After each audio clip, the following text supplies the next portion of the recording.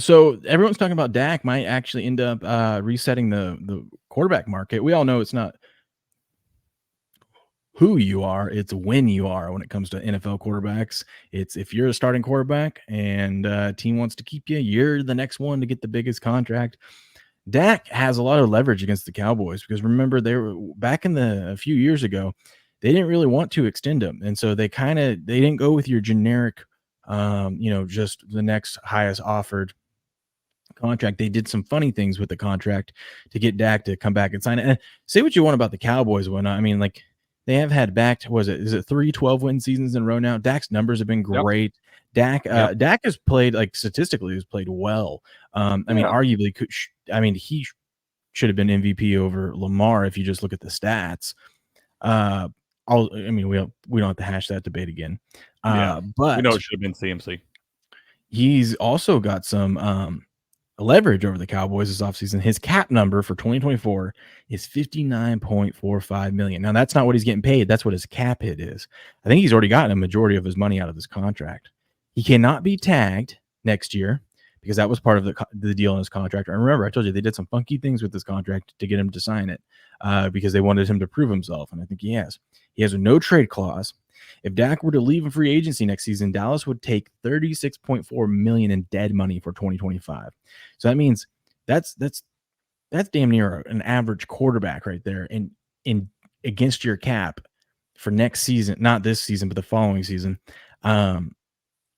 This could be devastating to the Cowboys, especially if they don't get it done this year. I mean, this is making it an all-in year. They have to extend him, is what this is. They have to. Because if not, if they don't extend him and spread this money out even more, they're risking having that $36.4 million in dead money on the 2025 season, and you're basically going all in for 2024 as one last chance to win a Super Bowl for Jerry.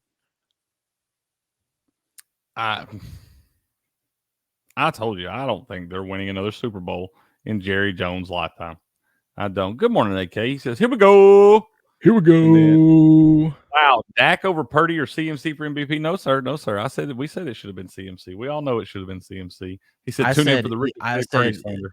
I said Dak should have won it over Lamar if we were going head to head. Yeah, if we're going stats, we all know it was CMC. Yeah, should have been CMC. Should have been quarterback award.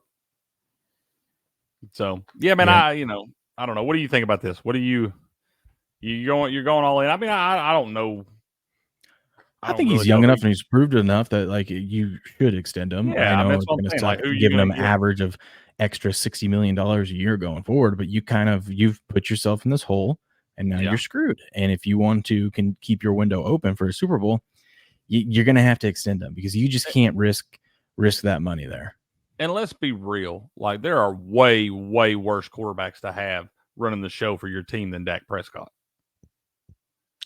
It could be a lot worse. Given Zach Wilson.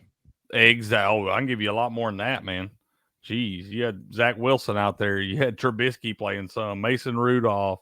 You had a lot of guys out there. I mean, sorry, but Dak's better than Dak's a top 10 quarterback in the league. What's funny is like if the Cowboys really wanted to win, they would cut Dak right now and go sign Baker Mayfield. That would get him to the promised land.